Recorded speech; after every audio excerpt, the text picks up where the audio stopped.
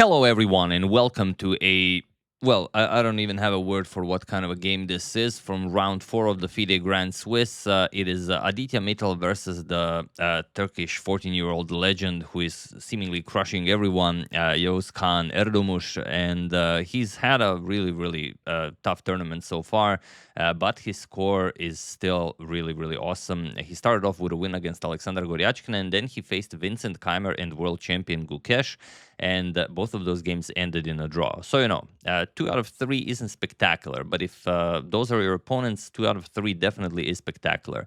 Aditya Mittal, he's coming off of a victory against Niels Grandelius, so this, of course, it's important for both of them. This is they're fighting for the spots in the candidates tournament, so everyone is of course playing their best. But this game, it's definitely something else. Let's check it out. Aditya with white opens with pawn to c4. We have pawn to e6 by Yağız Kaan. We have knight to c3, pawn to d5, and pawn to d4. We have d captures on c4, and now pawn to e4. Okay, pretty standard stuff. We had this quite a lot. We have pawn to c5. Pawn to d5, advancing the pawn. This is the Rubinstein variation of the Queen's Gambit accepted.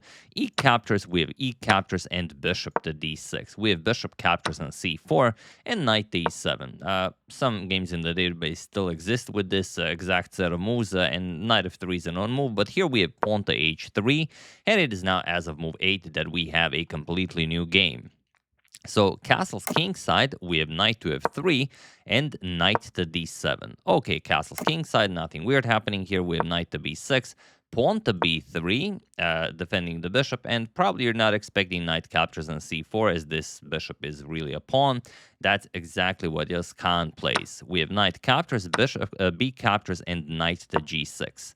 Okay, we have knight to e4 attacking the bishop, and bishop to f5, offering the dark square bishop, and Aditya captures. We have captures, and queen to b3, putting pressure on the b7 pawn, b6, and pawn to a4. So all of the pawns make sense, nothing weird happening here. We have pawn to a5 and rook to e1, grabbing hold of the only open file on the board. We have rook f to e8 and now bishop to e3. Again, nothing really happening here. It's a pretty unique position where white already has a passed d pawn and black has a weak backwards b6 pawn. So of course white, we immediately would think white is much better, but it's not really the case, as it's very difficult to go after that b pawn with the bishop covering the b1 square. You have to play rook a2, rook to b2, and by that time black will also do something, and that is what happens here. We have pawn to h6, rook to a2, and now bishop to e4. Okay, threatening to remove this knight and then mess up white's pawn structure in front of the king. Knight to d2, and now knight to h4. And this is incredibly complicated. In the game, bishop captures on c5 was played, but imagine if knight captures on e4, rook captures on e4, and now you have to play king to h1 here. I'm going to show it, because if you don't, if you go rook to b2 immediately, as this is kind of the game plan, this is met with queen g6, and now you resign. There's no defense here, and you could play f3 as the rook defends the g pawn, but now as the king is on g1, there's knight captures on f3, and white resigns. So that's why you would have to go king to h1, this very important move. Now rook a to e8, you double up, and now again you don't have rook b2. I mean, you have it, you just don't capture on the pawn on b6, because there's f5. And now after queen captures f4, or rather you can trade captures and f4, and the white again resigns the game.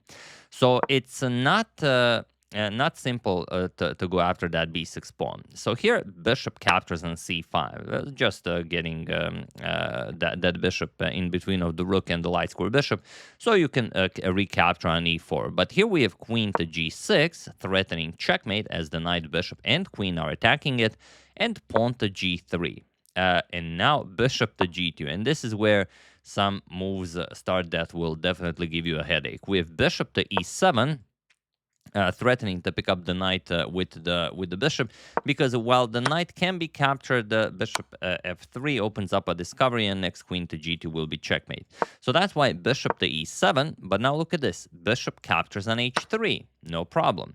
And now we have king to h2. You can't really move the bishop now, as this would be checkmate. So king to h2, knight to g2, trying to sacrifice the bishop here. But if you capture the bishop, then of course knight captures on e1. The rook is undefended. So after knight to g2, we have rook to e5.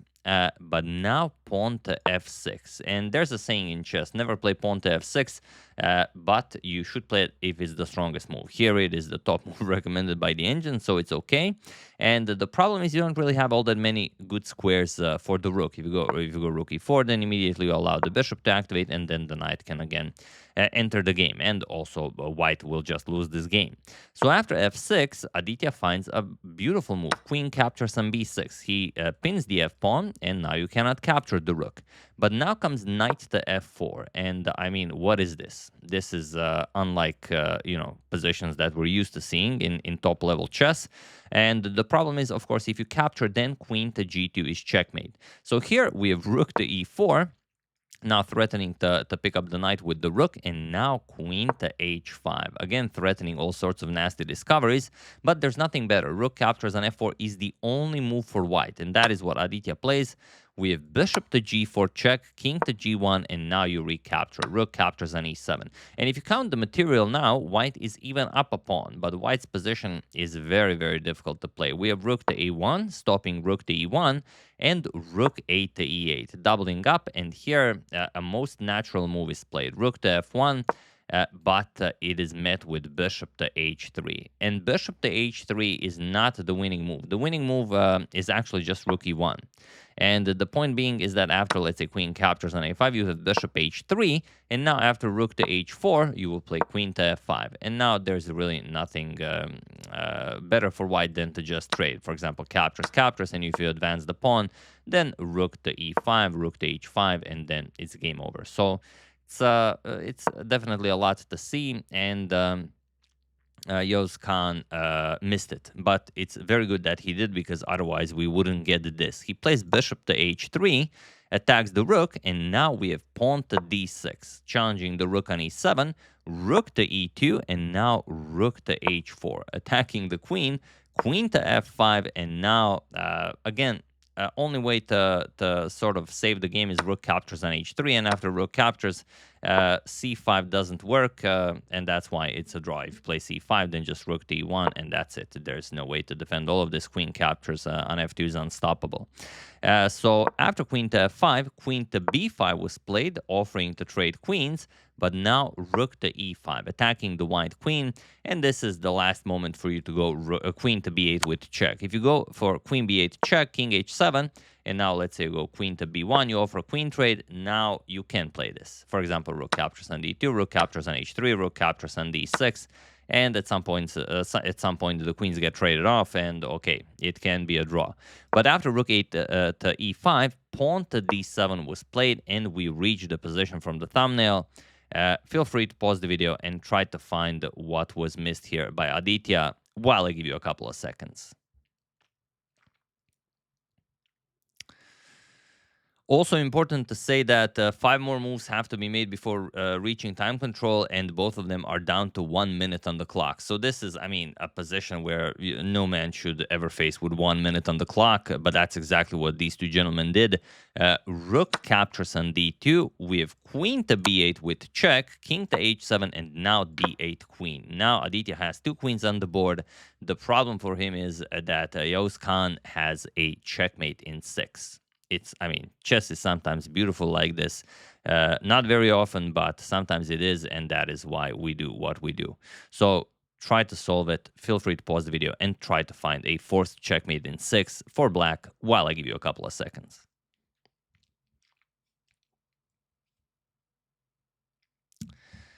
For those of you who found it, congratulations, as this is not an easy king hunt. And for those of you who just want to enjoy the show, it is queen captures on f2. That is the move, and there is there's no way to counter it. We have rook captures on f2. Otherwise, if you go king to h1, obviously this is just mate. So after queen captures on f2, rook captures on f2, and now the hunt begins. Rook to e1 with check. We have king to h2. Again, rook to f1, you just capture with mate.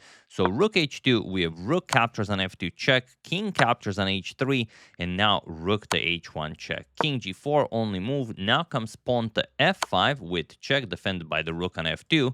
Only move king to h5, and now a beautiful finish, pawn to g6 checkmate. This is absolutely unreal. I mean, Yağız Kaan is only 14 years old, so we're not going to call anything his immortal, but I mean, he's still young. He's still going to play many games like these. So like this, so you know, we're not going to call it an immortal, but I mean, it's definitely the nicest finish we've seen in a very long time. So yeah, beautiful victory, very strong game by both of them, but Yağız Kaan just plays on a completely different level for a 14-year-old. I mean, that is absolutely spectacular. Now he's on 3 out of 4, which again, 3 out of 4 doesn't sound that impressive when you're playing in a tournament where you can win a spot in the candidates. But if you consider that 2 of his opponents were Vincent Keimer and Gukesh, I mean, also Goryachkina can play really with anyone. So that is definitely an amazing score. So yeah, big congratulations to the 14-year-old Turkish legend. I would like to thank Stephen Wentworth, Knightmaster Bishop, Christian Fisher, Mohammad Reza Yuse, and Carmen Polifronio for a contribution to my channel. Thank you a lot. I really appreciate it. As usual, you can check 2 of my previous videos here. Thank you all for watching, and I will see you soon, hopefully with more content like this. Thank you all. I will see you soon, and have an excellent rest of your day.